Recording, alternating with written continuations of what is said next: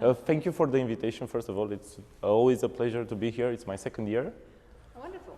I can see it's getting bigger and bigger, which is nice for us, for the participants, for the region. So always a pleasure. Wonderful. You provide solutions for the industry and for consumers. Yes. We position Bitdefender as a cybersecurity technology company because we want to protect the byte wherever it is. Okay. What are the top 3 threats that you see either in the industry or for the consumer currently? Well, the industry is ever changing, as you know. That's the beauty of it. That's why I like this field more and more because they're in for the money and they're going to do whatever they have to do to make it. So I would say ransomware is here to stay for the next years. It's not going to go away. It's producing money. So why not continue doing it? Then we have on the consumer side, we have the threat for IoT devices. Because guess what? Manufacturers didn't think about securing them when they produce them. They can have, default admin passwords, which you can get directly from the code, easy to hack. And then you have an army of devices which you can use to take down a website, a company, or whatever you want. So those are 2 threats. And then we have, I would say newer threats like cryptojacking, which is, I would say, a variation of ransomware. It's designed specifically to make money. It's working on the trend of cryptocurrency. So that's another thing. I don't know how much it will last because it depends on the value of crypto money. If it's going to go down to 0, guess what? They're not going to make any money, so they're going to stop doing it.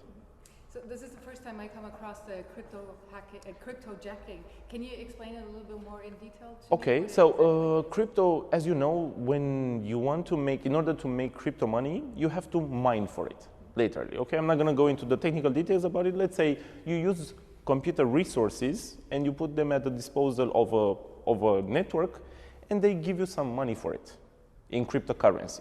Now, hackers thought, why should I use my resources when I can use your resources or the viewer's resources?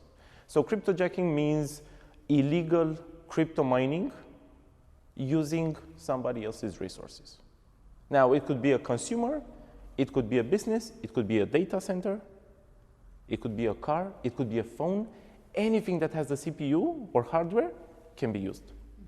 So basically we're talking about botnets that are not limited to PCs anymore. Yes, exactly. How realistic is that already? Is it being used? On a wide scale? Yes. And actually they're making more money from cryptojacking than from ransomware because the impact is less, so you're not directly impacted. They're not crypting your files, they're not doing any harm. They're just using your PC or your mobile phone or whatever when you're not using it. So therefore, it's harder to detect because now they're getting smarter. They're not using 100% of your resources. That was in the beginning, and it was easy to figure out. Even my mother can see that her computer is overheating. And she would understand that there's something going on, so she turns it on and off. End of deal. But now they're limiting it to, 20%, 30%, so it's very hard to figure it out. But me as a consumer, would I be protected by a Bitdefender software? I use one. I'm just wondering, sometimes my PC, the ventilation is going quite often, so could this be it? Or? Yes. So I'm not saying that every time the computer overheats or you can see it working, there's something malicious there.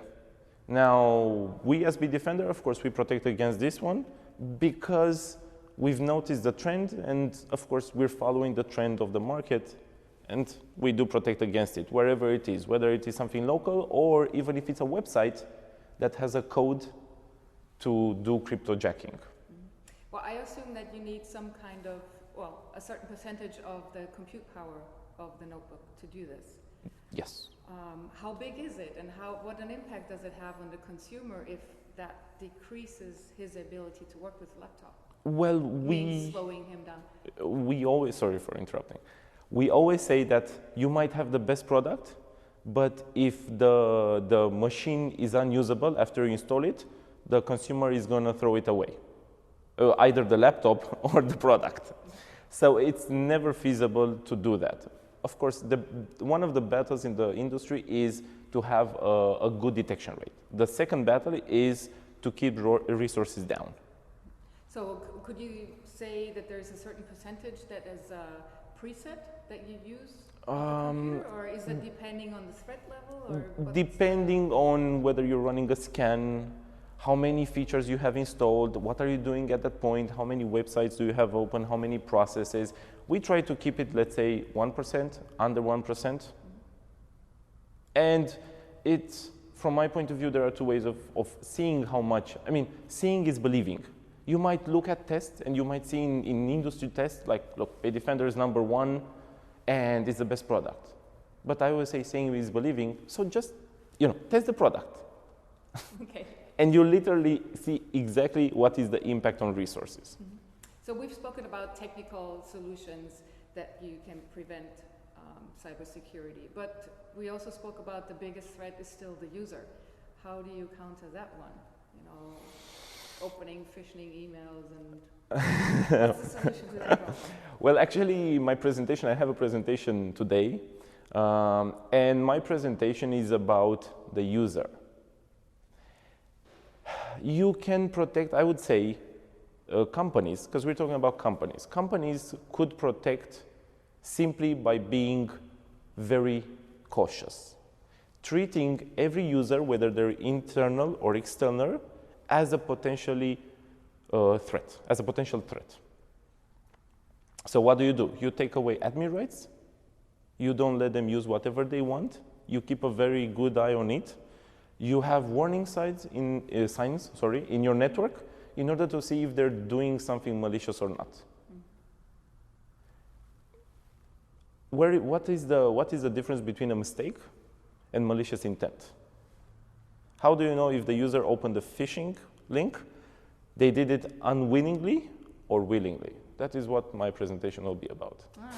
Okay, yeah, we don't want to take away that. So as a closing remark, what would be your suggestion for consumers in this case to be better protected, other than by software? I would say, we always try to preach to consumers to have a bit of IT knowledge. But I think it is a bit unrealistic for people to learn IT or for people to learn how to detect a phishing. But they can be suspicious. If somebody calls you and says, hey, you've won the lottery, and you didn't even participate, would you fall for that? Then why do people fall for, hey, you won a cruise via email when you didn't even participate? So as long as you're being just a bit suspicious, that would go a long way.